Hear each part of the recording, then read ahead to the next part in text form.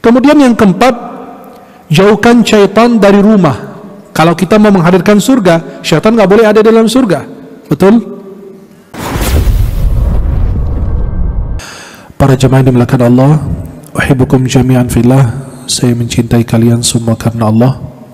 Semoga Allah senantiasa mempertemukan kita di dunia dalam taat dan di akhirat di surganya Allah Subhanahu wa taala. Senang sekali di pagi hari ini bisa memandang wajah-wajah penghuni surganya Allah. Semoga kita yang hadir di pagi hari ini mendapatkan keberkahan dari Allah. Semoga sebagaimana Allah pertemukan kita di dunia di tempat yang paling dicintai Allah, Allah pertemukan kita kembali di dalam surganya Allah Subhanahu wa taala. Amin ya rabbal alamin. Cara menghadirkan surga di rumah. Allah Subhanahu wa taala menciptakan manusia dan jin untuk beribadah kepadanya. Dan Allah Subhanahu wa taala menunjukkan kepada mereka jalan yang lurus melalui para nabi dan rasul yang diutus oleh Allah. Dan Allah Subhanahu wa taala jelaskan bahwasannya naim, kenikmatan yang abadi ada bisa diraih dengan amal saleh. Kita bisa meraih kenikmatan surga, kenikmatan abadi melalui beramal saleh. Dengan memanfaatkan nikmat-nikmat yang Allah berikan kepada kita. Di antaranya nikmat sehat dan waktu luang. Dengan nikmat sehat kita bisa beribadah dengan baik dan bisa menyempurnakan ibadah dan bisa merasakan nikmatnya ibadah. Dan waktu luang kita adalah waktu yang sering disia-siakan. Allah saking memuliakan waktu, Allah bersumpah dengan waktu. Allah berfirman, wal 'asri innal insana lafi khusr illa alladhina amanu wa 'amilus shalihat illa alladhina amanu wa 'amilus shalihat wa tawasaw bil haqqi wa tawasaw bis sabr. Allah bersumpah dengan waktu, saking Allah memuliakan waktu tersebut. Maka memanfaatkan dua nikmat ini yang Allah berikan, nikmat sehat, mumpung kita masih sehat, mumpung kita masih bergerak, mumpung masih kita sujud. Yang kedua adalah nikmat waktu luang. Banyak sekali manusia yang mensia-siakan waktunya. Dalam hadis riwayat Bukhari dari Ibnu Abbas, Nabi bersabda, ni'matani maghbunun fihima katsirun minan nas, as-sihhah wal faragh. Ada dua nikmat yang sering dilalaikan manusia, nikmat sehat dan nikmat waktu luang. Maka para jemaah yang dimuliakan Allah, keadaan dunia ini adalah fana. Dunia ini bukan abadi, sementara waktu, sampai waktu yang dikehendaki Allah Subhanahu wa taala.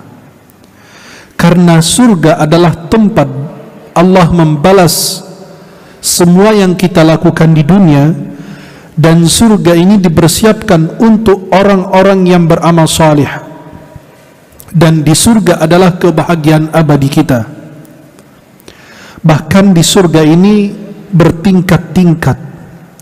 Dikatakan mencapai 100 tingkatan. Di dalam surga mencapai 100 tingkatan. Di antara tingkatan pertama sampai ke tingkatan berikutnya, dikatakan di antara tingkatan satu dengan yang lain seperti antaranya langit dan bumi.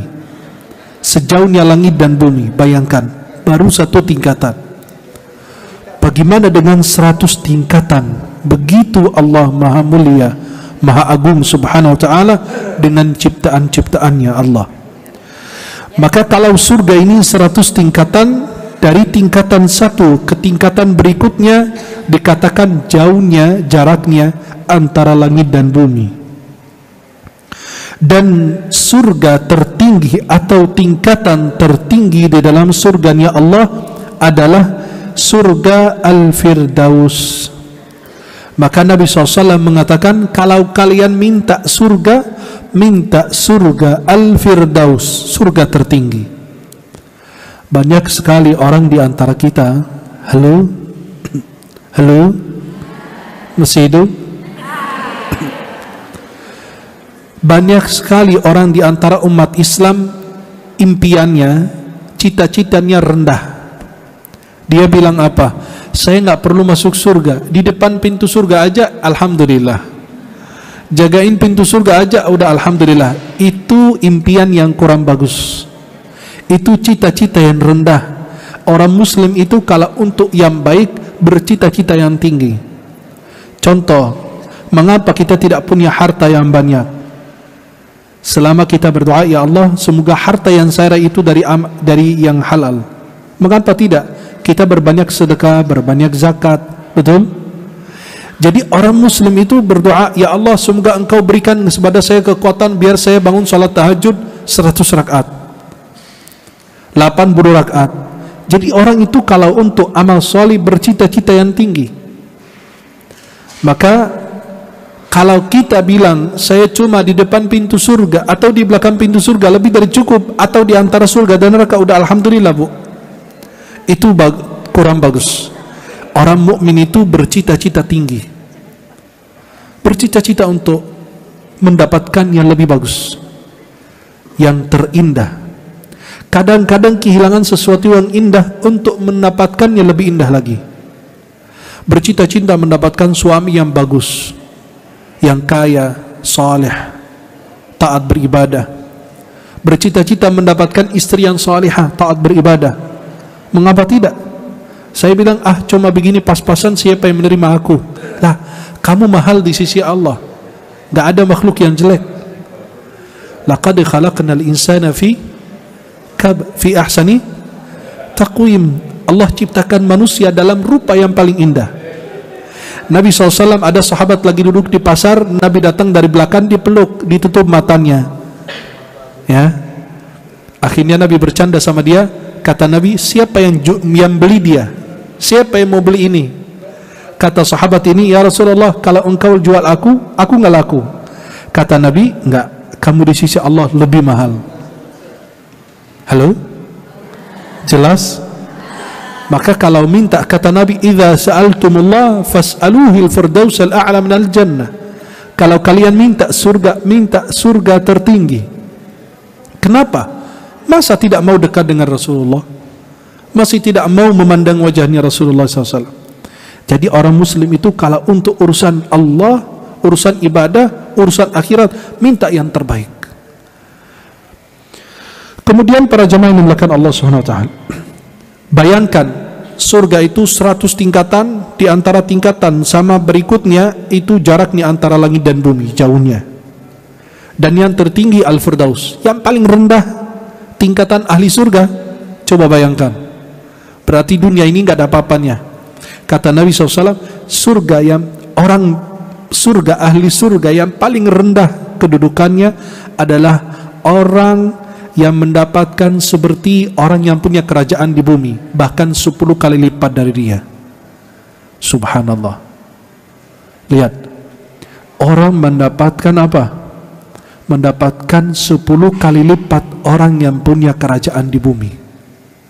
10 kali lipat, itu tingkatan terendah di dalam surganya Allah Subhanahu wa ta'ala.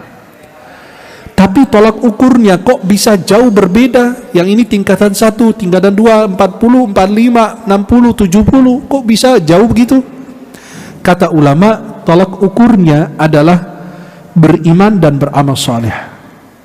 Berarti amal kita dan iman kita yang menentukan kita di level mana. Ada yang bangun salat tahajud cuma 2 rakaat, ya levelnya masih di bawah. Ada yang 4 rakaat lebih tinggi lagi, 8 rakaat lebih tinggi lagi, 100 rakaat. Itu makin banyak amal soleh kita, itu makin tinggi kedudukan kita di sisi Allah. Dan Islam ini rahmah lil alamin. Artinya apa? Amal-amalan kecil di dunia, di Islam nilainya besar. Seperti apa? Nabi SAW mengatakan, 2 kalimat ringan di lisan, berat dalam timbangan, dicintai oleh Allah Subhanahu wa taala. Subhanallah wa bihamdi, subhanallahil azim. Subhanallah wa bihamdi, subhanallah azim. Itu subhanallah. Lihat. Nabi SAW mengatakan, doa tidak akan tertolak antara azan dan iqamah. Amalan kecil antara azan iqamah, doa mustajab. Nabi SAW mengatakan dalam Sahih Muslim, keadaan hamba paling dekat dengan Allah dalam keadaan sujud, maka berbanyaklah doa. Coba bayangkan, amalan kecil dalam Islam nilainya besar.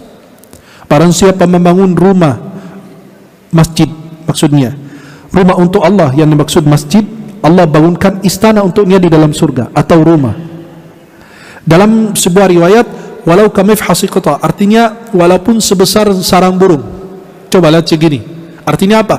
Dia nggak punya apa-apa, dia cuma punya uang untuk beli 1 sak semen aja, 1 batu bata aja ditaruh di masjid. Allah bangunkan untuknya rumah di dalam surga ni Allah. Dengan amalan kecil, surat Al-Ikhlas dibaca 10 kali. Hadis riwayat Imam Ahmad dalam Musnad dengan sanad yang hasan, yang baik. Yang membaca surat Al-Ikhlas 10 kali, Allah bangunkan istana untuknya di dalam surga.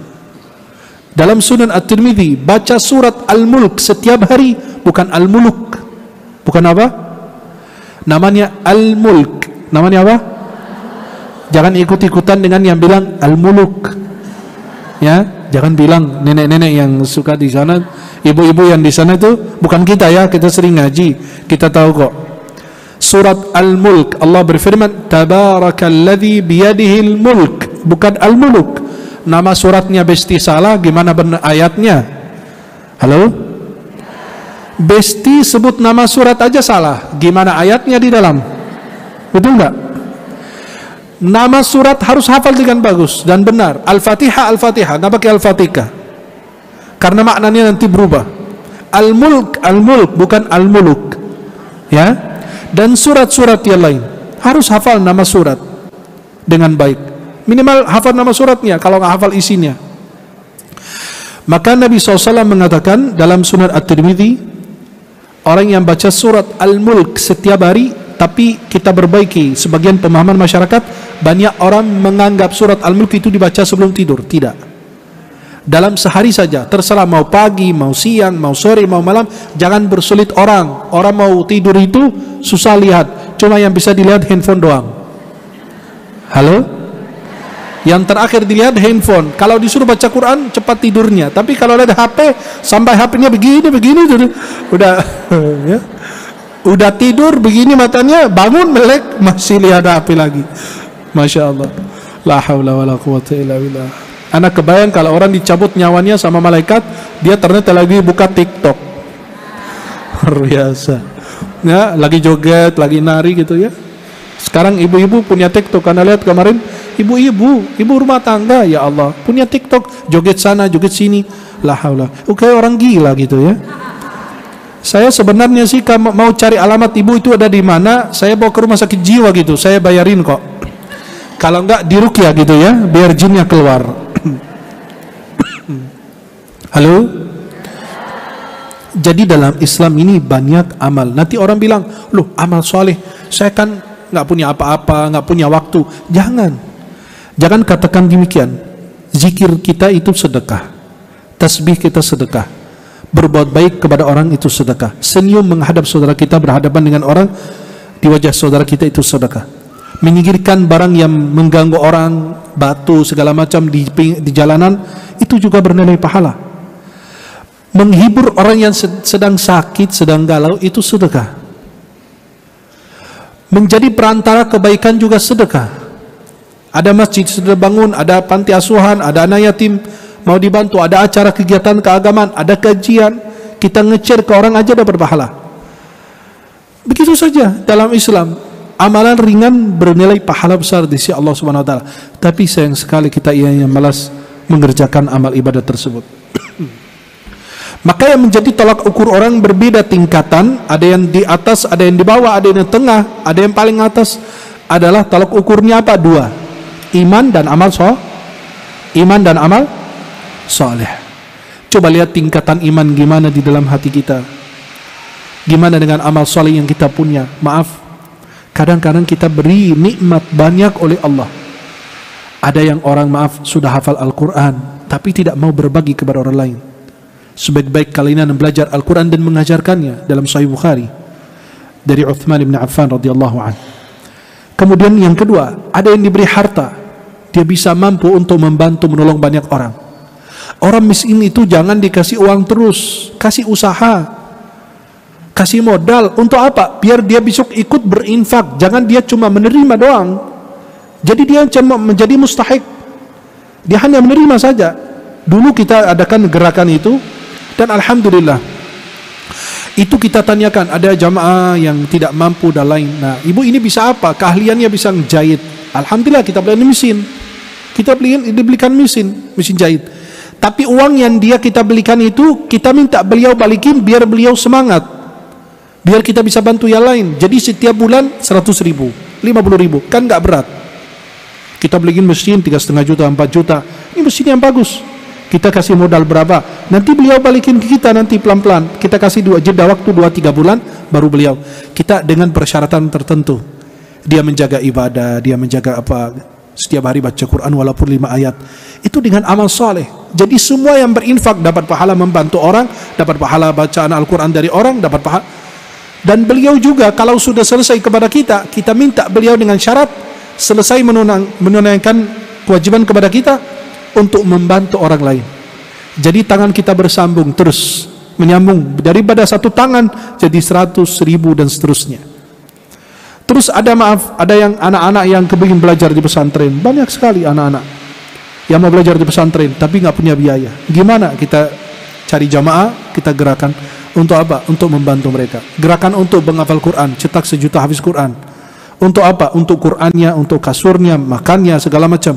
Itu menjadi dengan apa? Dengan apa yang kita punya. Saya ini bukan penghafal Quran, saya bukan ulama, saya bukan siapa-siapa, tapi saya cuma punya harta. Atau saya cuma punya kenalan, teman saya punya pesantren. Insya Allah saya bisa, kalau ada yang mau belajar di sana, saya ambilin bulanannya. Itu luar biasa. Tetangga saya, tambah dia, jangan sampai dia meminta. Itu amal soleh ini. Biar kita mendapatkan tingkatan tertinggi. Itu dengan apa? Dengan membantu mereka dengan hal-hal yang kecil. Apa, kirimkan makanan, kirimkan kue dan lain sebagainya. Maka yang jadi tolak ukur itu di tingkatan di akhirat nanti di surganya Allah Subhanahu wa taala adalah dengan iman dan amal soleh. Para jemaah yang dimuliakan Allah Subhanahu wa taala, menghadirkan surga di rumah kita dan dari rumah kita merupakan impian dari setiap keluarga.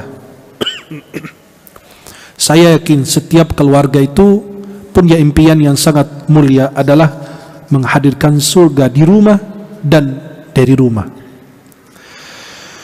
Namun impian tersebut haruslah diselesaikan demi mewujudkan rumah yang benar-benar menjadi sebuah surga di dunia. Kalau kita mau menghadirkan surga, kita harus menciptakan surga di rumah dulu. Kalau kita mau menjadikan istri kita bidadari, kita ciptakan surga di rumah. Rumah kita jadikan surga baginya. Maka lantas bagaimana cara menghadirkan surga di rumah kita masing-masing? Yang pertama, poin besar pertama adalah segera memiliki sebaik-baik perhiasan dunia. Kita bagi dua nih. Poin besarnya, segera memiliki sebaik-baik perhiasan dunia. Dibagi dua. Poin besar ini dibagi dua. A, B. Apa? Istri yang salihah, suami yang salih. Nggak mungkin kita menciptakan surga di rumah kalau suami istri bukan salih dan salihah. Maka segera kita memiliki sebaik-baik perhiasan di dalam rumah, perhiasan dunia. Istri yang salihah, suami yang salih. Kita lihat dulu poin-poinnya ini. Istri salihah, ciri-cirinya apa? Yang selalu menjaga agamanya dan taat kepada suaminya. Taat kepada Allah dan kepada suaminya, bukan pada maksiat kepada Allah. Istri kalau disuruh maksiat tidak ada taat dan tidak berdosa, malah dapat pahala. Nabi bersabda, la ta'ata li makhluqin fi ma'siyatil khaliq. Tidak ada ketaatan bagi makhluk dalam maksiat kepada Allah. Dalam hadis Nabi yang lain, innama ta'atu fil ma'ruf. Sesungguhnya ketaatan itu dalam kebaikan. Maka kalau suami suruh kepada maksiat, kamu durhaka kepada suami, kamu nanti nggak adil, jangan ditakut-takuti, karena taat kepada suami adalah taat kepada Allah. Kecuali kalau maksiat, kita tidak taat, kami tidak dengar, kami tidak taat. Kemudian yang kedua, istri yang selalu menghibur suami dan keluarganya. Bukan istri yang membuat mereka selalu galau, sedih gitu kan. Nah, ada ibu-ibu begitu ya, gampang-gampang nangis gitu ya. Kalau nangis di hadapan Allah masih bagus, meneteskan air mata di hadapan Allah sebuah kekuatan. Tapi kalau meneteskan air mata di hadapan manusia sebuah kelemahan, dan kadang-kadang menjadi penghinaan. Kalau kita minjam dari orang sesuatu atau minta apa dari orang, kemudian kita nangis, itu penghinaan, kita dihina sama dia. Jelas? Jadi seorang istri yang hebat selalu menghibur suami. Bukan berarti dia tidak boleh nangis, boleh, tapi ada saatnya. Istri yang cerdas, yang pintar adalah istri yang memilih kapan waktu dia bercerita baik, kapan waktu bercerita yang sesuatu yang menyakiti suaminya, atau kabar-kabar yang bisa mendidikan suaminya. Jadi seorang suami baru pulang kerja, langsung dia membuka persoalan. Nah, itu tidak kurang tepat. Itu bukan menghibur keluarga, itu namanya membuat keluarga makin sulit. Jadi suami baru sampai rumah, biarkan dia lepas ganti pakaiannya, mandi dulu atau rapi-rapi, atau salat. Kalau belum salat dulu, baru dihidangkan makanan, baru dibukakan apa yang mau disampaikan. Bagaimana kita mau menciptakan surga di rumah kalau Anda menciptakan neraka di rumah? Suami baru sampai rumah, tadi biasa aja, giliran lihat muka gitu. Lah, kenapa? Lihat jin apa lihat syaitan? Kata suaminya, kenapa mah, ada apa? Itu biasa, ibumu tadi jadi cerita begini-begini. Jadi suaminya kesal. Kenapa? Di perjalanan mungkin habis dimarahin sama atasan, ada persoalan di kantor, ada hal-hal di kantor yang mungkin melukai hatinya. Kita kan nggak tahu. Di perjalanan macet, sampai nggak keburu sholat maghrib atau sholat isya dan lain sebagainya tepat waktu. Jadi pada saat sampai rumah, berikan peluang suami bergerak dulu, suami lega dulu gitu, istirahat terlebih dahulu, kemudian Anda sampaikan. Dulu di zaman Rasulullah SAW, seorang istri suaminya pulang dari luar, tapi hebatnya istri ini, suami baru pulang dari luar perjalanan jauh, anaknya meninggal dunia, tapi anaknya ditutup kain saja. Suaminya baru pulang, nggak langsung, itu anak kamu udah mati, suaminya pingsan nanti. Begitu kan? Nah, ini seorang istri yang hebat, salihah, dia tutup anaknya dengan kain karena sudah meninggal. Suaminya masuk, ini kenapa anak? Alhamdulillah dia istirahat. Istirahat artinya istirahat dari dunia. Itu dia istirahat. Akhirnya istrinya menyiapkan makanan, minuman, segala macam. Suaminya makan apa. Sampai diajak berhubungan, istri mau. Selesai berhubungan, tuh lihat. Kalau kita, bagaimana kuatnya kita? Anak meninggal ditutup, suaminya ajak berhubungan, mau aja ya. Kata ibu-ibu, memang apa jangan bukan anaknya. Kan ibu-ibu pintar sekarang. Apa jangan-jangan anak angkat apa? Ya, masa nggak punya hati sama sekali, sampai diajak itu mau aja ya. Nah, lihat. Akhirnya diajak berhubungan suaminya. Selesai berhubungan, istrinya ngobrol sama suaminya, cerita gitu. Nggak langsung terjun bebas ke ibu-ibu, anak kamu meninggal, Allahu Akbar. Nah, enggak, dia langsung memberikan pengantar dulu. Kalau ada orang menitipkan amanah kepada kita, kemudian dia minta amanah lagi, kamu marah enggak? Iya, enggak marah, orang punya dia. Begitu Allah menitipkan anak kepada kita dan sudah diambil. Suaminya kesal, kaget kan? Kamu gimana? Sudah kasih makan, sudah berhubungan, segala macam. Akhirnya Nabi SAW pas mendengar cerita ini didoakan oleh Rasulullah. Malam mereka berhubungan itu, kata perawi hadisnya, sejak malam itu dan seterusnya mereka dikaruniai anak, dan semua anak itu menjadi penghafal Quran karena didoakan oleh Rasulullah. Itulah istri yang hebat, mencari kapan waktu berbicara, memilih kalimat yang tepat, waktu yang tepat kepada suaminya. Maaf, kenapa kadang-kadang kalau kita bilang laki selingkuh, bisa jadi dari istrinya salah atau dia yang sendiri yang nggak beres. Sebagai istri kita perbaiki diri kita, urusan dia sama Allah. Yang penting saya melakukan tugas dengan sebaik-baiknya, karena saya melayani suami bukan karena suami, tapi karena itu perintah dari Allah dan Rasul. Saya tidak mau pahala dari suami, saya tidak mau pujian dari suami, saya mau dipuji, dimuliakan oleh Allah. Kenapa? Karena di dalam rumah istrinya cerewet, bawel, segala macam kan. Tapi di luar, di kantor ada yang bilang, Pak mau minum teh nggak dibikinin. Padahal di rumah suaminya galak juga tuh, si almarhumah ini. Halo? Ini perempuan ini di depan orang, Masya Allah tuh, lihat ibu-ibu kan kalau keluar ke kondangan kayak Barbie, ya itu kayak malaikat. Tapi di dalam rumah tuh lihat, yang harusnya di rumah lebih bercantik diri kepada suami, enggak, di dalam rumah yang bolong-bolong. Habis keluar dari dapur, suaminya bilang, ya Allah mah ini apaan sih, lagi ngapain? Biasa lagi masak ikan asin. La haula wala quwwata. Kan udah tahu suami pulang jam berapa dan lain. Untuk menciptakan surga itu, kerjaan rumah gak akan selesai kok. Yang penting tempat yang suami akan lihat, ruangan tamu, kamar tidur, apa yang bisa suami istri masuk ke situ. Selebihnya kalau nggak rapi juga besok-besok dilanjutkan. Karena membagikan waktu antara suami, anak, rumah itu kadang-kadang nggak habis-habis. Maka itu Allah kasih kita ini beban yang kita sanggup memikulnya. Kita kenapa membebani diri sendiri? Pelan-pelan dikerjakan. Suami juga kalau saleh, dia akan meringankan, akan ikut membantu, tidak akan merepotkan dan lain sebagainya. Maka ini kita masih bahas istri-istri yang salihah, ciri-cirinya. Maka istri yang selalu menghibur suami dan keluarga.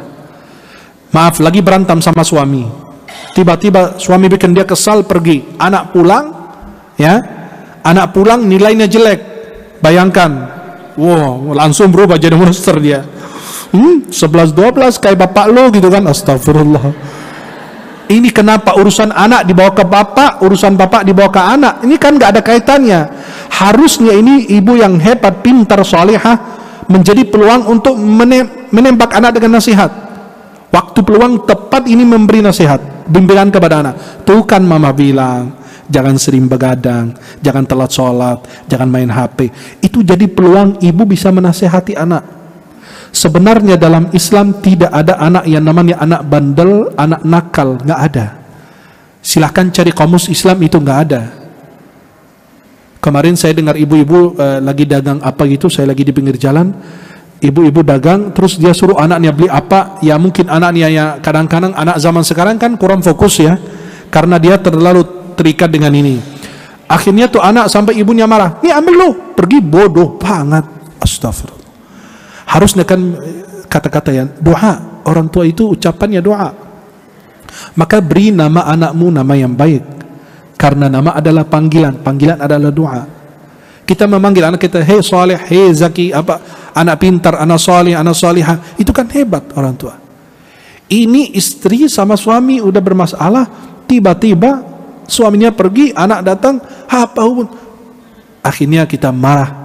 Kan bodoh kamu, kan apa? Dalam Islam tidak anak-anak bandel, tidak anak-anak nakal, yang ada cuma dua. Orang tua yang jarang memberi nasihat kepada anak, atau orang tua yang kurang sabar mendidik anak. Orang tua kurang sabar mendidik anak langsung dicap bandel dan nakal. Maka harapan kita adalah istri di dalam rumah ini apa? Selalu menghibur apa? Suami dan anak. Jangan campur adukan antara suami dan anak. Berantem sama suami di kamar, ada persoalan suami istri di kamar, persoalan anak, jangan dilihat oleh anak. Anak yang dilihat itu yang baik-baik. Istri cium tangan suami, suami balik tangan istrinya, cium tangan istri di depan anaknya. Kenapa? Itu pendidikan buat anak. Orang tuh anak pulang sekolah jam sekian, ibu main HP silahkan. Tapi jam 3, jam 4 anak pulang, ibu ganti dengan Al-Quran, putarin Al-Quran di rumah. Kalau kita kepingin anak kita menjadi anak yang soleh dan soleha, atau bisa kita menghadirkan surga di dalam rumah kita. Kemudian yang ketiga, yang pertama itu adalah menjaga taat kepada Allah dan suaminya dalam taat kepada Allah. Yang kedua menghibur keluarga.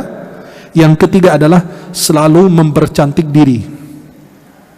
Mempercantik diri itu adalah kewajiban untuk seorang perempuan, dan suami juga harus memperindah penampilannya. Maaf, sebagian istri kadang-kadang ngeluh suaminya merokok dan lain, bau mulutnya luar biasa. Nah, itu yang disayangkan. Harusnya kan sebelum ke rumah udah bersiwak dulu atau kumur-kumur dan lain sebagainya, biar tidak menyakiti pasanganmu. Engkau ingin istri mempercantik dirinya, engkau juga sebagai laki-laki harus memperindah penampilannya juga, ya.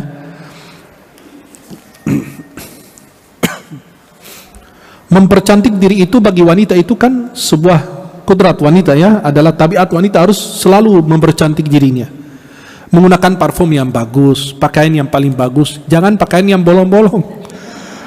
Dastarnya itu sudah berabad-abad masih dipakai, katanya itu adem katanya, ya.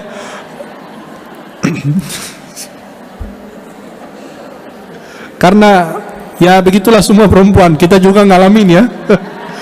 Jadi kalau kita sudah belikan dastar yang baru, tetap dia apa? Ya, nggak pakai yang baru, mau pakai yang lama. Kenapa? Lebih adem katanya. Ini masih baru lah. Terus buat apa kita beli, ya? Luar biasa. Jadi istri di dalam rumah penampilannya rambutnya kayak antena TV gitu kan. Astagfirullah. Astagfirullah. Maaf, baunya itu bau masakan dari dapur gitu, ikan asin, sambal terasi gitu dan lain. Terus kemudian bajunya yang bolong-bolong, biar angin masuk dari mana-mana. Malam masuk angin nih, jadi kroki lagi gitu. Astagfirullah. Jadi seorang istri memang ibu-ibu luar biasa, saya yakin punya baju yang bagus-bagus kok. Kita tidak bicara dari kekayaan atau kemiskinan. Orang bersih itu mau kaya mau miskin gak ada kaitan. Mungkin punya 5 baju tapi selalu bersih, selalu rapi, ya. Kalau disetrika baju itu semprot pakai apa? Wangi. Kenapa?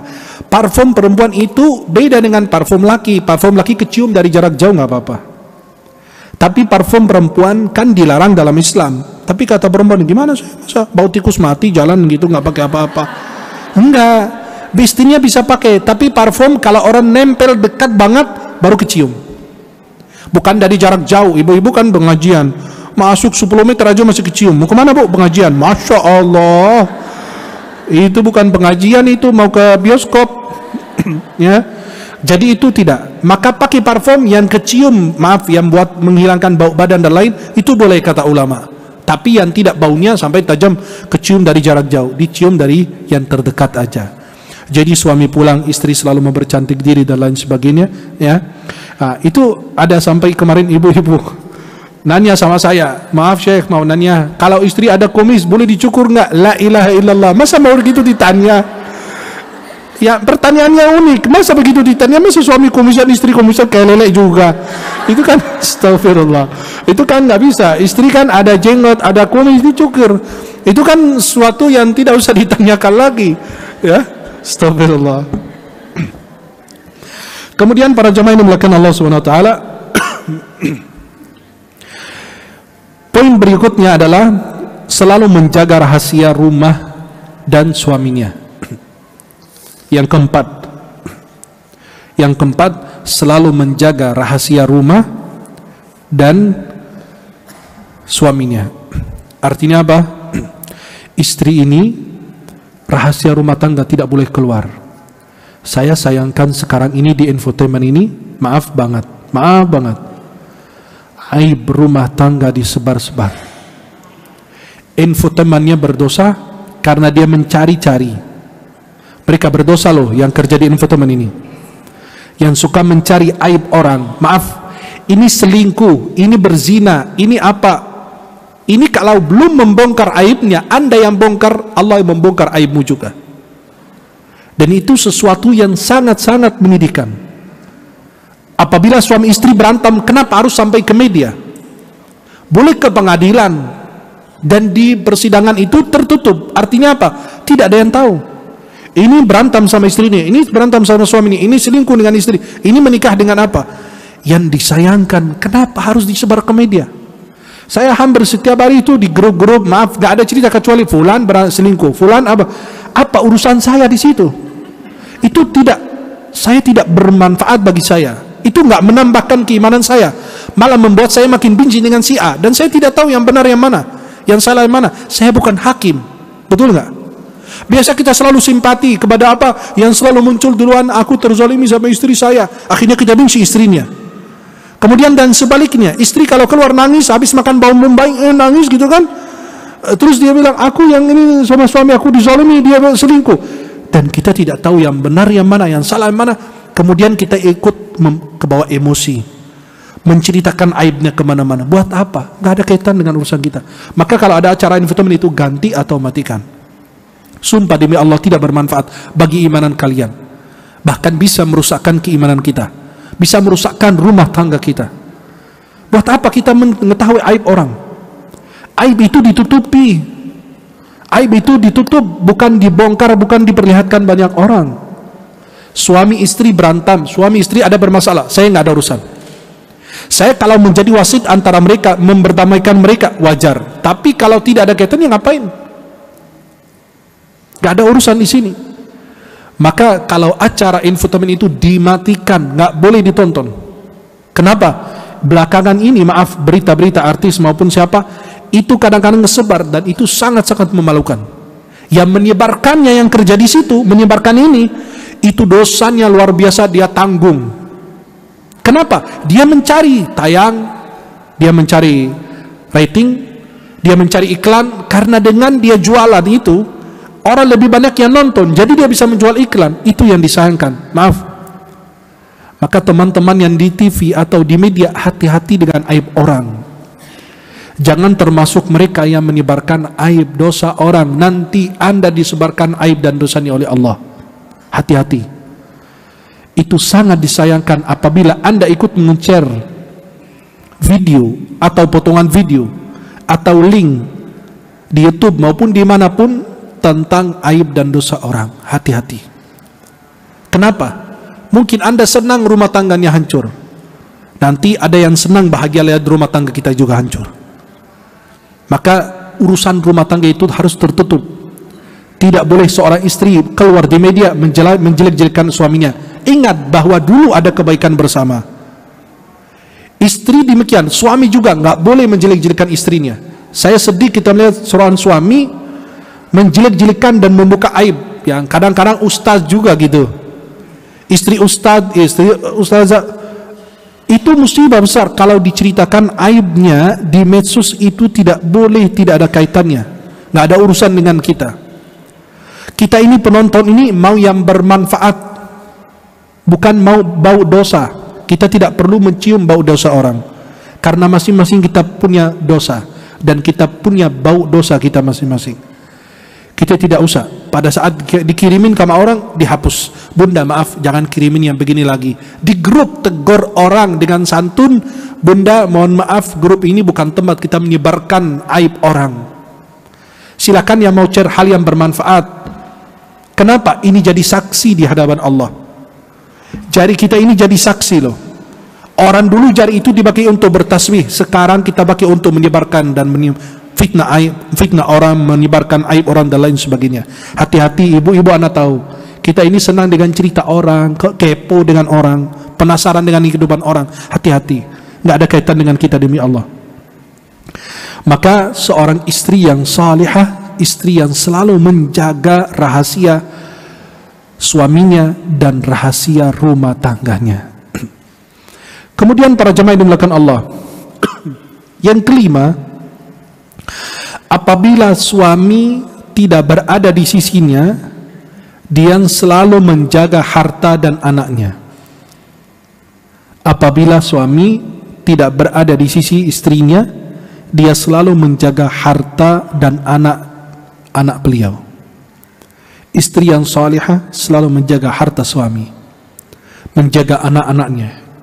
Jangan sampai mensia-siakan tanggung jawab. Suami bekerja di luar rumah untuk mencari nafkah untuk keluarga, Anda bertugas di dalam rumah untuk menjaga anak-anak keturunannya dari hal-hal yang tidak ridha Allah Subhanahu wa taala. Didiklah agamanya, ingatkan waktu sholatnya, ingatkan dengan puasa sunnahnya, bacaan Al-Qur'annya, dan amal ibadah yang lain.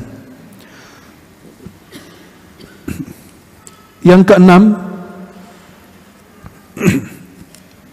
selalu meminta ridha suami apabila suami marah kepadanya. Istri yang salihah selalu meminta ridha suami dan meminta maaf apabila dia melakukan sesuatu yang membuat suaminya marah. Bukan karena kesalahan, memang kadang-kadang kesalahan itu dilakukan sengaja maupun tidak disengaja. Ada dua kalimat dalam rumah tangga, menjadi kunci kesuksesan rumah tangga adalah dua kalimat ini: ucapan terima kasih dan minta maaf. Apabila pasangan kita berbuat baik kepada kita, sekecil apapun, terima kasih. Biasakan setiap hari untuk selalu melafalkan dua kalimat ini, ucapan terima kasih. Yang kedua adalah meminta maaf. Pada saat melakukan kesalahan, sengaja maupun tidak disengaja, biasakan diri untuk meminta maaf. Kemudian yang ketujuh, istri yang salihah adalah istri yang selalu membantu suami dan keluarga untuk melakukan kebaikan dan amal saleh.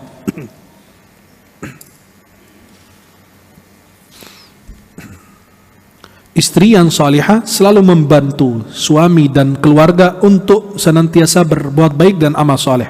Seperti apa? Memberi sedekah, berbuat baik kepada orang, berbakti kepada orang tua suami. Otomatis suami akan berbakti kepada orang tua istrinya. Kemudian baca Al-Quran dan ibadah-ibadah yang lain. Kemudian yang kedelapan, seorang istri yang salehah mencintai suaminya. Mencintai suaminya. Istri tidak menikah dengan pasangannya, suaminya, karena dia sempurna, tapi selalu memandang kesempurnaan ada pada pasangan. Kita tidak menikahi pasangan kita karena dia sempurna, melainkan kita mencari kesempurnaan pada pasangan. Tidak ada yang sempurna, tapi pada saat saya memandang pasangan, dia adalah yang sempurna. Kemudian yang kesembilan, melayani suami dan tamu suami dalam kebaikan. Artinya khidmat kepada suami dan tamu suami dalam kebaikan, semampunya kita bisa lakukan. Itulah istri yang salehah. Inilah diantara ciri-ciri istri yang salehah yang akan bisa menghadirkan surga di dalam rumah. Poin yang kedua adalah suami yang saleh. Suami yang apa? Halo? Suami yang saleh. Ciri-ciri suami yang saleh, yang pertama, taat kepada Allah dan berakhlak mulia.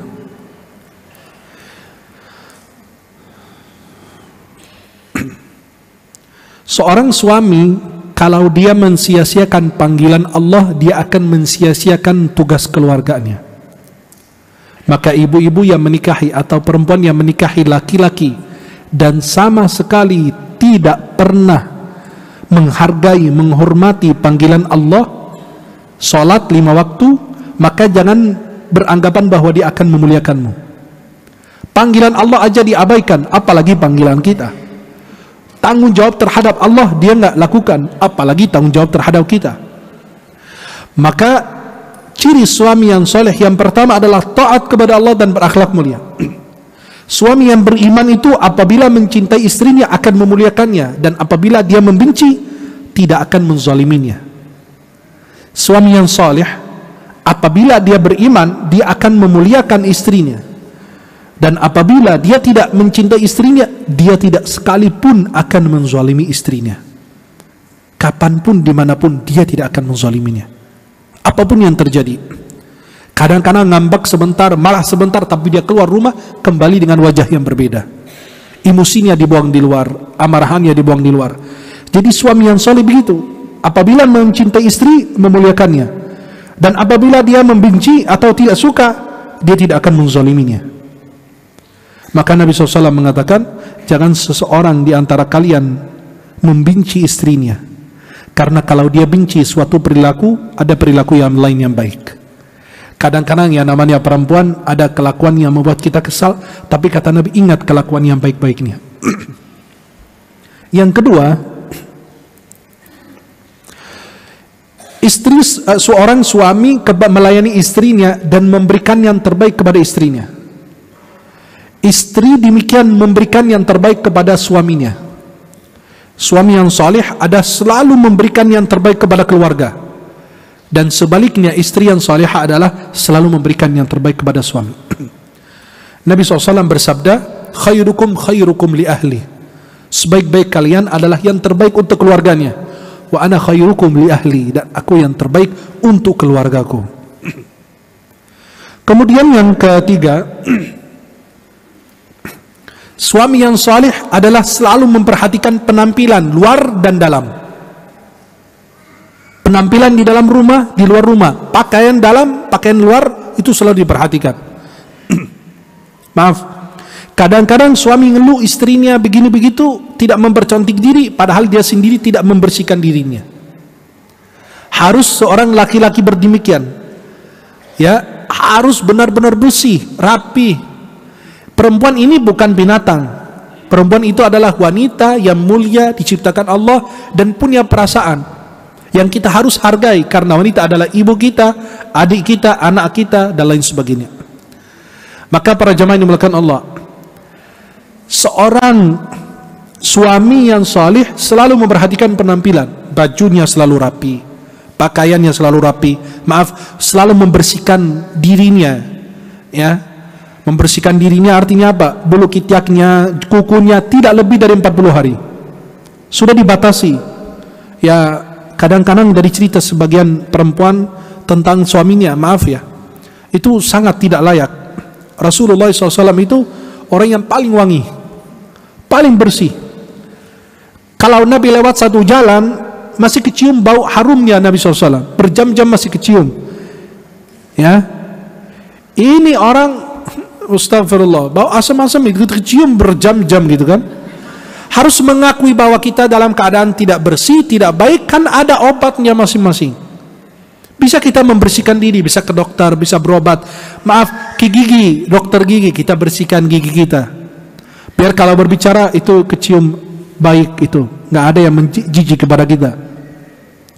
Bagaimana kita mewujudkan rumah tangga atau menghadirkan surga di dalam rumah? Kita sendiri aja membuat orang lari dari rumah dengan perilaku kita. Kemudian para jamaah yang dimuliakan Allah, yang keempat, menafkahi istrinya. Suami yang saleh menafkahi istrinya walaupun istrinya punya harta. Artinya apa? Walaupun istrinya pengusaha, orang kaya, tapi tetap wajib menafkahi istrinya. Karena istri tidak wajib menafkahi suaminya, melainkan suaminya wajib menafkahi istrinya. Kemudian yang kelima, selalu memperhatikan keluarganya, khususnya salat mereka, ibadah mereka. Seorang suami yang saleh itu nelfon istrinya, japri istrinya untuk menanyakan sudah salat belum. Bukan sudah makan belum, anak sudah pulang sekolah belum, salatnya sudah dikerjakan apa belum. Kemudian yang keenam, sabar terhadap istrinya.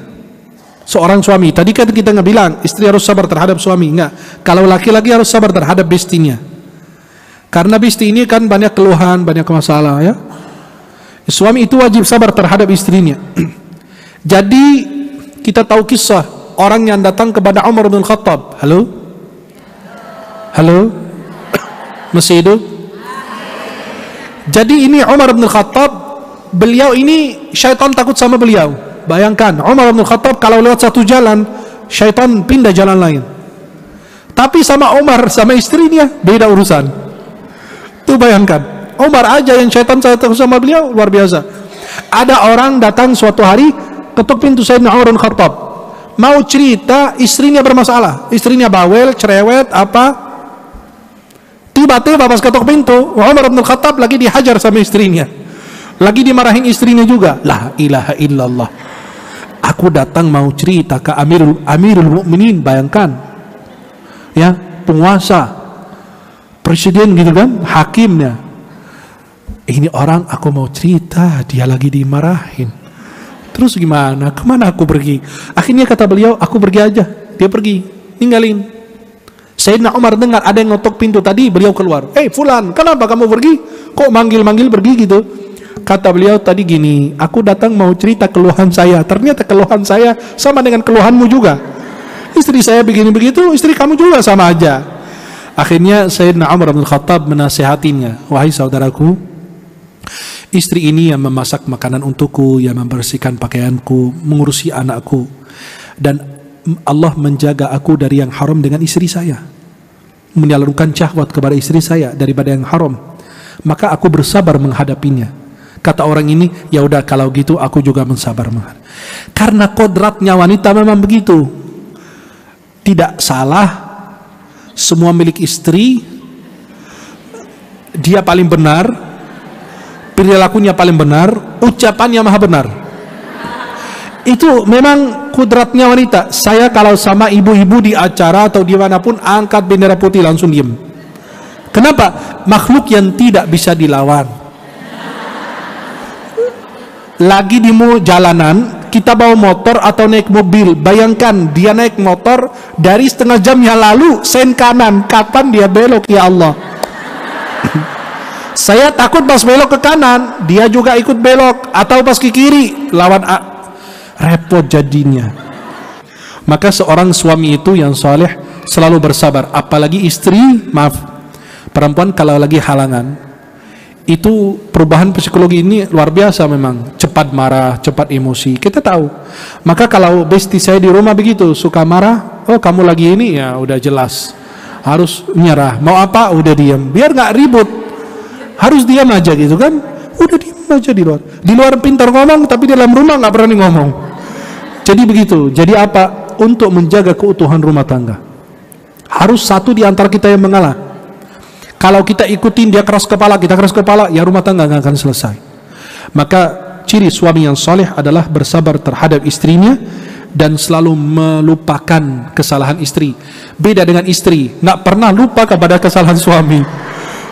Suaminya melakukan kesalahan malam hari udah minta maaf, bangun tidur lupa. Istrinya kesalahan suami 10 tahun yang lalu masih ingat, dengan tanggalnya, harinya, baju yang dipakai suaminya apa. Ingat ya, kamu pernah tanggal sekian, jam sekian, di tempat ini, pakai baju ini, melakukan kesalahan ini. Allahu Akbar. Lebih dari pencatatan sipil. Itu semua data ada lengkap. Giliran kesalahan suami ingat, giliran kesalahan dia sendiri dihapus. Kesalahan suami kecil jadi besar, kesalahan dia besar jadi cuma gitu doang gitu nih. Astagfirullahaladzim. Kemudian yang ketujuh, bermuasyarah dengan ma'ruf, menggauli keluarganya dengan baik. Artinya apa? Dengan lemah lembut, menggauli, bermuasyarah dengan keluarga dengan baik, menggauli, ya, hidup bersama keluarga dengan cara yang baik. Artinya apa? Lemah lembut. Jangan engkau merasa punya jabatan di luar, di dalam rumah punya jabatan, tidak boleh. Nabi SAW jadi kuda-kudaan untuk cucunya. Sayyidina Abu Bakar Siddiq lihat Nabi kaget, lah Nabi jadi kuda-kudaan. Kata Sayyidina Abu Bakar, sebaik-baik kuda adalah kuda ini sallallahu alaihi wasallam. Suami mau nggak dia di rumah jadi kuda-kudaan buat anaknya, bercanda sama istrinya. Istrinya bilang, gendong aku dong. Aduh, dulu bisa, sekarang enggak. Udah berat. Jadi gitu ya. Jadi Nabi SAW pada saat pulang ke rumah menghibur keluarga, cucunya nungguin, anaknya nungguin. Maka istri, dari mana kita tahu istri senang suaminya pulang atau tidak? Pada saat suami pulang biasanya jam 4, tiba-tiba suami jam 2, jam 1 udah pulang. Atau istri, ya Allah kok jam segini udah pulang? Berarti istrinya nggak suka dengan suaminya, atau muak lihat suaminya di dalam rumah, berarti selalu ribut, bikin masalah dengan anak-anak.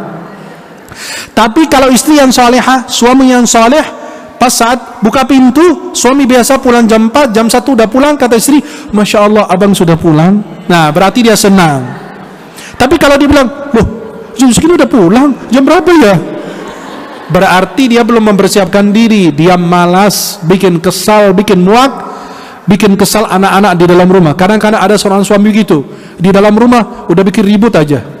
Anak pada takut, maaf, nonton TV dimatikan, ini dia tinggal pada lari ke kamar masing-masing, kayak udah kena dengan jin atau malaikat maut, pada lari dan melarikan diri masing-masing. Berarti untuk menghadirkan surga di dalam rumah kita, poin pertama harus segera memiliki perhiasan dunia yang terbaik. Apa? Istri yang salihah, suami yang saleh. Ini poin yang pertama. Poin yang kedua, hiasi rumah dengan akhlakul karimah. Hiasi rumah dengan akhlakul karimah, dengan akhlak yang baik. Poin yang ketiga, yang kedua, maaf. Poin besarnya, yang pertama memiliki pasangan yang baik, suami istri yang salihah, istri yang salihah, suami yang saleh. Poin yang besar kedua adalah hiasi rumah tangga dengan akhlakul karimah. Apa? Dengan akhlak yang mulia, akhlak yang baik. Kenapa? Akhlak yang baik ini adalah meneladani Rasulullah sallallahu alaihi wasallam. Istri Nabi kedatangan tamu. Yang istri Nabi namanya Aisyah, masih muda. Biasa kalau perempuan masih muda, masak makanan agak lambat gitu sedikit ya. Mungkin belum tahu bumbunya, yang ini dipikirin, yang ini diurusin. Jadi kelamaan, beda dengan perempuan yang sudah usia. Jadi beliau yang usia sudah 40-an dan lain, memasak makanan itu dia sudah tahu takarannya, tidak bisa ukur, tinggal dimasukkan aja gitu. Akhirnya Nabi SAW kedatangan tamu, Sayyidah Aisyah masaknya kelamaan, tiba-tiba istri lain kirim makanan. Istri Rasulullah Aisyah cemburu, lah ini di rumah saya kok yang lain kirim, gimana sih? Akhirnya piring itu piring dari istri yang lain diambil, dibanting di depan sahabat. Kalau kita emosinya bukan main, depan orang lagi, Rasulullah lagi, tiba-tiba Nabi bilang apa? Gharat ummukum, ibu kalian sudah cemburu. Nabi ambil piring itu, ditukar, piringnya rusak, ditukar dengan piring baru dari Aisyah, dikirim ke istri yang lain. Nabi SAW tidak banyak komentar, Nabi tidak marah. Maka itu kita meneladani Rasulullah. Istrinya marah, Nabi masih diam, sabar sallallahu alaihi wasallam, berakhlak mulia. Kemudian Nabi SAW suatu malam, kan malamnya Aisyah, pas biasa perempuan kalau tidur ya guling-guling kanan kiri, suaminya dicari dan kemana pergi? Jangan-jangan ke yang kedua atau ketiga. Akhirnya istri Rasulullah Sayyidah Aisyah langsung berdiri di depan pintu nungguin. Nabi pulang, lihat Aisyah lagi marah. Kata Nabi SAW apa? Tuh lihat Nabi hebat, akhlaknya bagus. Akhirnya beliau bilang, wahai Aisyah, syaitan kamu sudah datangnya. Loh, ya perempuan kan begitu, harus dialihkan dulu. Kalau nggak dialihkan, persoalan itu nggak kelar. Kamu syaitan kamu datangnya, kata Nabi. Kata Aisyah, loh aku punya syaitan ya Rasulullah. Tuh kan hilang tuh amarahannya. Aku punya syaitan ya Rasulullah. Iya kamu punya. Kata Aisyah, kamu juga punya ya Rasulullah. Aku punya, tapi Allah membantu saya sampai dia aslama. Boleh dibaca dengan qiraat aslama atau aslamu. Aslama jin Nabi masuk Islam, jin qarin. Atau aslamu, saya selamat dari kejahatannya. Kalau dibaca dengan dua harakat, aslama atau aslamu. Aslama jinnya masuk Islam, jinnya Nabi. Atau aslamu, saya selamat dari kejahatannya. Akhirnya ketika Aisyah sudah mulai reda, kata Nabi, wahai Aisyah, tadi aku dipanggil Jibril, kamu sudah pakai baju tidur, dia malu masuk ke ruangan, maka aku dipanggil keluar untuk mendatangi kuburan Baqi'. Kuburan Baqi' itu sebelah-sebelahan dengan Masjid Nabawi. Di situ dikubur 10.000 sahabat Nabi termasuk Sayyidah Aisyah, keluarga Nabi, istri Nabi dan sebagainya. 10.000 sahabat dikubur di situ. Akhirnya Nabi SAW bilang, aku didatangi Jibril, kamu sudah pakai baju tidur, dia malu masuk ruangan. Tuh lihat Nabi dengan lemah lembut. Nggak, Nabi nggak marah. Ngapain kamu berdiri di depan pintu? Memang cari anak kecil? Memang anak bocah dicari? Kamu kirain saya apa? Nah, Nabi nggak panjang lebar. Kata Nabi, aku didatangi Jibril, minta datangin kuburan Baqi', beristighfar untuk mereka. Selesai urusan. Sayyidah Aisyah kalau lagi kesal sama Nabi, dia bilang apa? Cuma nama Nabi aja yang ditinggal. Tidak demi Rabb Ibrahim lah, nama Nabi Muhammad gak disebut. Kalau lagi kesal sama Nabi, dia bilang tidak demi Rabb Ibrahim. Tapi kalau lagi sayang sama Nabi nggak ada masalah, dia bilang iya demi Rabb Muhammad. Ya salam, nama Nabi aja yang ditinggal. Maka Nabi SAW selalu memanjain beliau. Hai Humaira, yang pipinya merah-merahan. Aisyah, bukan beda kayak kita ini, panggil suaminya hei gendut. Yang manggil istrinya apa? Warna kulitnya hitam dipanggil apa? Hei Hajar Aswad. Astagfirullah. Itu kan, astagfirullah. Itu kan yang begitu-begitu tidak pantas diucapkan, walaupun Hajar Aswad itu batu dari surga, tapi kan ya Hajar Abyad gitu kan, batu putih kan enak daripada batu hitam kan kurang bagus ya. Maka Nabi SAW adalah teladan kita dalam berakhlakul karimah kepada keluarga. Kemudian kalau kita berakhlakul karimah, kita akan meneladani Rasulullah. Yang kedua, kita akan mendekat kepada Nabi Muhammad SAW, berdekatan dengan Nabi. Nabi SAW bersabda, aqrabukum minni majlisan yaumal qiyamah ahasinukum akhlaqa. Yang paling dekat kepadaku di majlis di hari kiamat di surganya Allah adalah orang yang paling baik akhlaknya. Kemudian yang ketiga, kemuliaan akhlak itu adalah yang paling berat dalam timbangan. Akhlak itu yang paling berat dalam timbangan kita di hari kiamat. Kemudian akhlak yang baik merubah orang yang musuh menjadi teman setia kita. فَإِذَا الَّذِي بَيْنَكَ وَبَيْنَهُ عَدَاوَةٌ كَأَنَّهُ وَلِيٌّ حَمِيمٌ.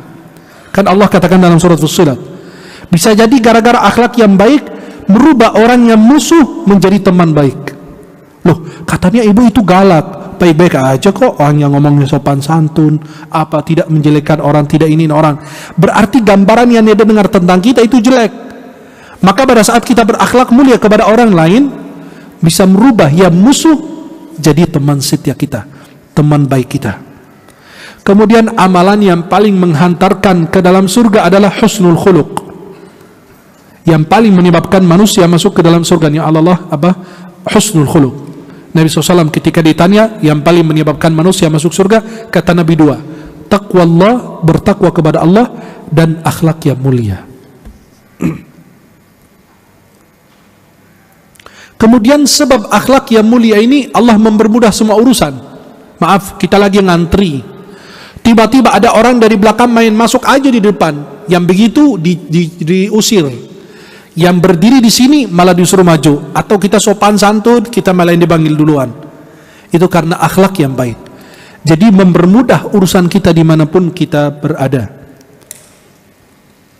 Kemudian para jamaah yang dimuliakan Allah, tadi hiasi rumah tangga kita dengan akhlakul karimah. Kemudian yang ketiga, poin besarnya adalah menjaga ibadah. Bisa benar-benar menciptakan surga di dalam rumah, atau menghadirkan surga di dalam rumah kita dengan menjaga ibadah. Ada surga di dunia, apabila kita tidak dimasukinya, nggak bakalan masuk surga akhirat. Apa? Majlis ilmu, salat 5 waktu. Kalau kita tidak masuk ibadah, tempat-tempat yang baik, bagaimana kita masuk surga akhirat? Sedangkan surga di dunia aja kita tidak bisa memasukinya. Kata Syekhul Islam Ibnu Taimiyah, ada surga di dunia, apabila tidak dimasuki oleh manusia, tidak akan dimasuki akhirat. Apa itu? Beliau mengatakan majlis ilmu dan taat kepada Allah dan amal soleh. Kemudian yang keempat, jauhkan syaitan dari rumah. Kalau kita mau menghadirkan surga, syaitan nggak boleh ada dalam surga. Betul? Halo? Masih hidup? Lanjut. Jauhkan syaitan dari rumah. Syaitan itu yang ketiga, kan suami istri. Yang ketiga itu bisa jadi syaitan. Siapa syaitannya? Syaitan ketiga itu bisa jadi handphone. Benar gak? Sekarang banyak persoalan suami istri gara-gara handphone. Istri main HP, suami main HP, sibuk ninggalin anak, nggak mikirin masing-masing. Suami bicara, istri nggak fokus. Kadang-kadang makan di restoran, masing-masing HP. Buat apa kalian makan di restoran? Mendingan makan di rumah aja, dibungkus bawa pulang. Orang di restoran itu biar lihat suasana, bisa ngobrol, bisa apa. Ini enggak, zaman sekarang beda. Anak kecil, maaf, lagi makan di restoran sambil disuapin dia main HP. Itu nggak boleh. Itu nggak bagus, merusak otak anak. Jadi anak itu tidak lepas dari handphone. Justru waktu memintum ibadah dan tidur dan waktu makan, itu waktu kita misahkan anak dengan gadgetnya itu. Karena ini yang bermasalah, merusak otak anak. Maka hindari syaitan di dalam rumah. Yang ketiga, syaitan di rumah itu apa? Bisa jadi handphone suami, handphone istri. Yang kedua, teman. Teman itu bisa jadi syaitan. Ada teman yang baik, ada teman yang buruk. Teman yang baik mendoakan berkah buat rumah tangga kita. Kalau teman yang buruk tiba-tiba masuk keluarga, hancur. Apa kita punya teman perempuan, maaf, belum menikah atau janda, kenalan dekat dengan keluarga. Maka kalau ada perempuan di rumah, kita jangan duduk. Saya pribadi, kalau ada perempuan di rumah, teman istri, saya cuma assalamualaikum, kabar, udah langsung masuk ruangan. Kenapa? Saya nggak ada urusan, itu urusan perempuan. Demikian juga kalau ada laki-laki. Kenapa? Itu bisa menghancurkan rumah tangga kita. Saling kenalan, akrab, suaminya lucu, ini lucu juga, ini apa, akhirnya kenalan, hancur rumah tangga. Maka yang kedua bisa menghancurkan rumah tangga, jauhkan syaitan, adalah teman. Maaf, walaupun ikut pengajian terus, belum tentu. Ini yang namanya syaitan masuk ke kepala orang. Istri kita apa sama kita lagi bermasalah, terus dia japri kita atau kita japri atau apa, kan kita nggak tahu itu langkah-langkah syaitan. La tattabi'u khutuwati syaitan. Allah mengingatkan, jangan ikuti langkah-langkah syaitan. Allah berfirman, la taqrabuz zina, jangan mendekati zina, bukan jangan berzina. Mukaddimah zina aja, langkah-langkah aja dijauhi, bersalaman, berduaan dan lain sebagainya. Maka syaitan kedua adalah siapa? Teman. Syaitan ketiga bisa keluarga masing-masing, bisa keluarga suami, bisa keluarga perempuan. Maka Nabi SAW ketika datangnya, bagaimana ya Rasulullah? Kata Nabi, jangan masuk ke tempat wanita. Contoh di dalam rumah, tempat bagian wanita, jangan laki-laki masuk di situ. Kata sahabat, ya Rasulullah, afara'aita alhamu, saudara laki-laki. Kalau ada saudara suami datang ke rumah, suami lagi nggak ada. Kata Nabi SAW, alhamu al-maut. Saudara suami itu adalah kematian, hati-hati. Kenapa? Suami nggak ada, maaf, nggak bisa. Dulu ada kiai datang ke rumah saya lagi di luar rumah, istri saya bilang, ini ada kiai fulan datang. Oh ya, maaf, suruh aja tunggu di musola atau di masjid dekat. Dibilangin sama beliau, mungkin beliau emosi atau marah atau tidak suka, itu urusan beliau. Karena kita punya aturan. Ketika saya berada di rumah juga tidak ada, boleh ada perempuan siapapun dia. Nah, ini bahaya. Maka itu beliau tersinggung, nggak ada urusan saya. Itu nggak ada urusan. Kenapa? Saya menjaga diri saya, keluarga saya, menjaga pandangan Allah daripada menjaga dari pandangan manusia. Dia tersinggung di dunia, alhamdulillah, daripada Allah yang marah di akhirat. Mengkhianati keluarga di dunia, itu yang berbahaya. Maka syaitan itu adalah handphone kita, teman kita, keluarga suami atau keluarga istri. Yang keempat, lingkungan kita. Lingkungan kita ini maksudnya apa? Tetangga-tetangga kanan kiri. Ibu-ibu kadang-kadang duduk ngobrol sama tetangga kanan kiri, kebablasan, cerita ke sana kemari, jangan. Apalagi ikut campur urusan rumah tangga orang lain, itu yang berbahaya. Itu bisa menghancurkan rumah tangga kita masing-masing. Kemudian para jemaah yang dimuliakan Allah, hidupkan sholat malam.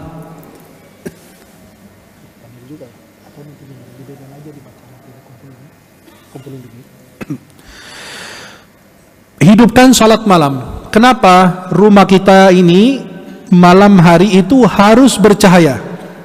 Harus apa? Bercahaya. Rumah siapa yang bercahaya di malam hari?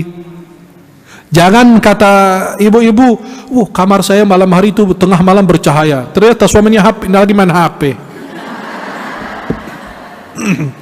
Dia kirain Allah turunkan cahaya di dalam kamarnya. Ternyata bukan cahaya Allah, itu cahaya handphone. Suami bangun tengah malam, pas melek, masya Allah, kamar bercahaya. Ternyata istrinya lagi main TikTok. Ya, maka itulah, hidupkan sholat malam di dalam rumah kita. Ada hadis yang diriwayatkan oleh Imam Suyuti dalam kitab Al-Jami' As-Saghir dan dinilai sanadnya sahih oleh para ulama. Rasulullah SAW bersabda, alaikum biqiyamil laili, hendaklah kalian salat malam, karena itu adalah kebiasaan orang saleh sebelum kalian, dan dengan qiyamul lail mendekatkan diri kalian kepada Allah dan mencegah kalian dari perbuatan maksiat dan menghapus dosa-dosa kalian dan menjauhkan penyakit dari kalian. Berarti salat malam ini pahalanya besar. Yang pertama, kebiasaan orang saleh dulu. Yang kedua, mendekatkan diri kepada Allah. Yang ketiga, mencegah kita dari perbuatan dosa dan maksiat. Yang keempat, menghapus dosa. Yang kelima, menjauhkan penyakit dari badan.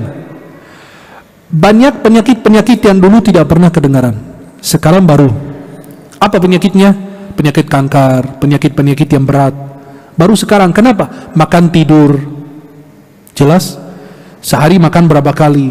Makan yang gak sehat. Maaf, pada saat makan minum air. Selesai makan langsung minum air. Kan ada jeda waktunya. Sebelum makan kalau mau yang sehat, makan buah-buahan dulu.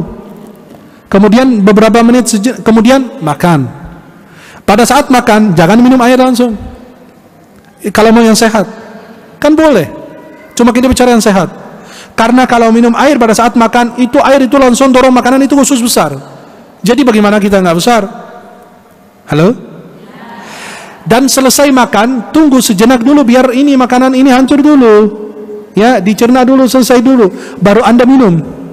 Itu yang sehat. Itu yang paling afdal bagi kita. Maka kenapa banyak penyakit? Karena orang dulu nggak kenal penyakit-penyakit berat seperti sekarang. Karena mereka itu makan terakhir sebelum maghrib. Kalau bisa makan terakhir antara maghrib isya itu udah benar-benar itu lama. Habis isya jangan makan lagi. Kalau mau banyakin minum air putih. Kemudian kita tidur, bangun tengah malam, kita gerak 2 rakaat, 4 rakaat, 80 rakaat, 40 rakaat, bebas mau berapa rakaat. Itu badan kita bergerak, itu berkeringat, tubuh kita ini bergerak, racun hilang. Betul? Maka orang dulu jarang ada yang sakit. Sekarang melihat, Masya Allah, lihat orang tua kita yang usia 60, 70, 80 masih segar, masih sehat. Kenapa? Ya karena hidupnya pola hidupnya sehat, pola dulu makannya sehat, pola hidup sehat, pola makan sehat, hati dan pikiran sehat. Hatinya nggak ada iri, nggak ada dengki. Bukan dulu nggak ada, memang ada, tapi beda dengan kita sekarang.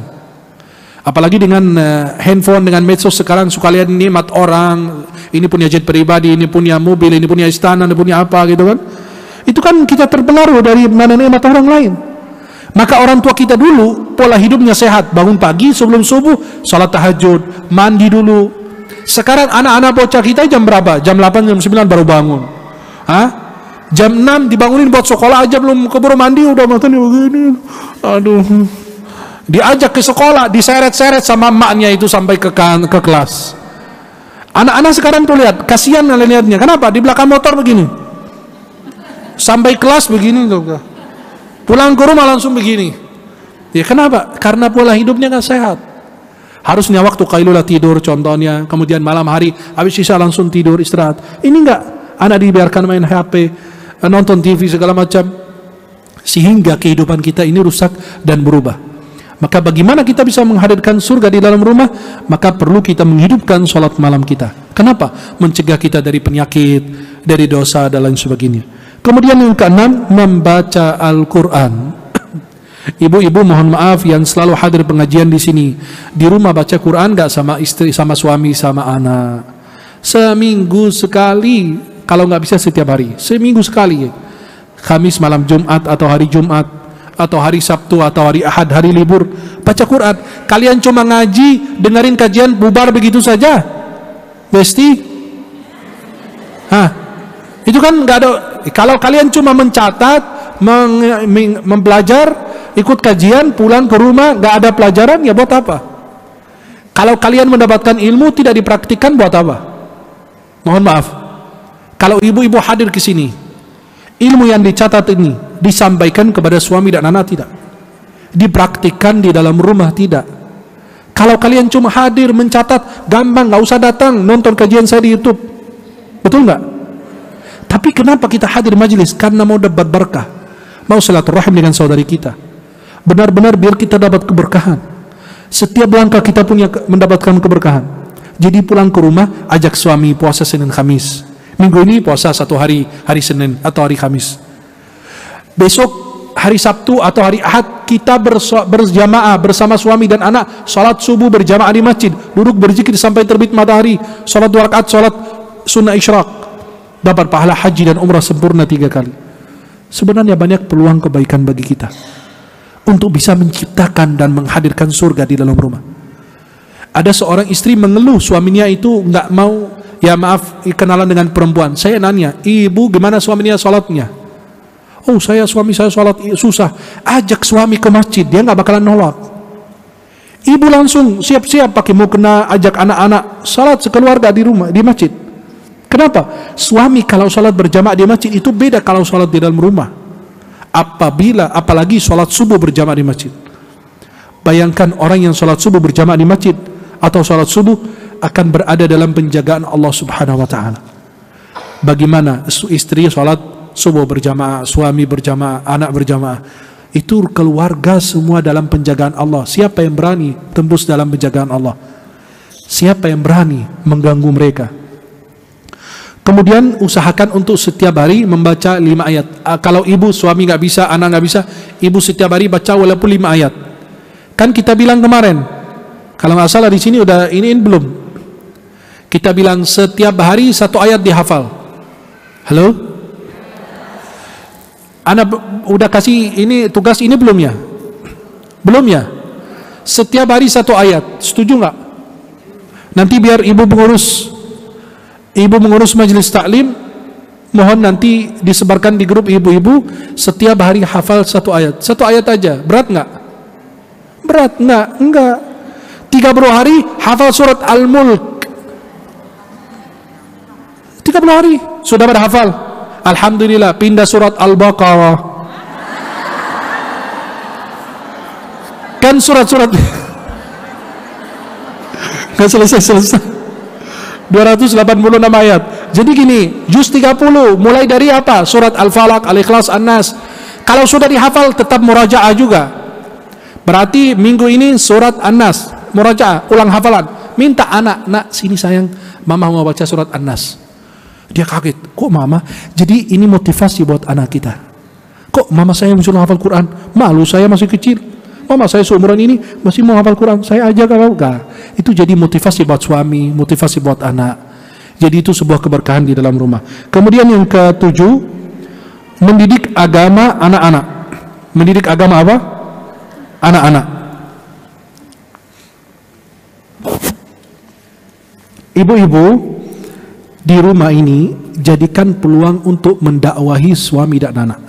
Tapi jangan jadi mama dedeh buat suami di dalam rumah, duduk diceramahin gitu kan, jangan. Jadi buat suami nasihati anak di depan suami, jadi dapat double nasihat suami dan anak. Nih sayang, bagaimana kamu lancar hidupnya, kamu gimana belajarannya lancar, kamu nggak sholat 5 waktu di masjid, sambil liatin suami, betul kan sayang? Iya mama gitu kan. Nyindir halus katanya. Saya nggak ngajarin ya, itu dari kalian ya. Lakukan di rumah, jangan bilang dari saya. Astagfirullah. Maka mendidik agama anak-anak. Banyak sekali orang tua yang memikirkan isi perut anak dibanding memikirkan isi keimanan anak. Banyak orang tua yang memikirkan isi perut anak dibanding memikirkan isi keimanan anak. Orang tua jangan mikirin perut anaknya, mikirin imannya. Sebagaimana kita mikirin perutnya kenyang, mikirin imannya sudah terisi belum, sudah kenal Allah belum. Jangan sampai anak ini dimasukkan pemikiran-pemikiran yang bisa merusakkan akidahnya, pemahamannya. Kita lihat kemarin pesantren Az-Zaitun, lihat sampai doktrin anak-anak dan orang tua untuk melakukan berbagai kegiatan dan rangkaian yang di luar Islam. Itu luar biasa.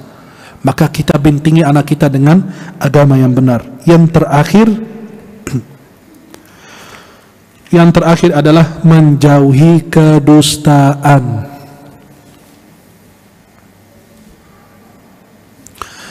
Untuk bisa menghadirkan rumah tangga di dalam rumah, menghadirkan surga di rumah tangga kita atau di rumah kita masing-masing, menghadirkan surga di rumah kita, menjauhi kedustaan. Karena kedustaan adalah pangkal segala kejahatan. Kedustaan adalah pangkal segala, semua kejahatan kembali ke kedustaan. Maka di antara sifat wajibnya Rasul as-sidq, jujur. Di antara sifat wajib seorang Rasul harus jujur. Bukan sifat yang boleh ada, boleh tidak, nggak wajib. Nggak ada seorang Rasul itu pendusta, nggak ada. Sifat seorang Rasul itu harus jujur. Ya, inilah mungkin seputar bagaimana kita bisa menghadirkan surga di rumah kita masing-masing. Mudah-mudahan Allah Subhanahu wa taala senantiasa mempertemukan kita di dunia dalam taat dan di akhirat di surga-Nya Allah, dan mudah-mudahan Allah hadirkan surga di dalam rumah kita masing-masing. Amin ya rabbal alamin. Dan Allah jauhkan kita dari segala keburukan dan kejahatan yang ada di muka bumi ini. Amin ya rabbal. Mudah-mudahan apa yang kalian dengar, apa yang kalian catat, tolong sampaikan kepada keluarga, tolong diamalkan dalam kehidupan sehari-hari. Wallahu taala a'la wa a'lam bissawab.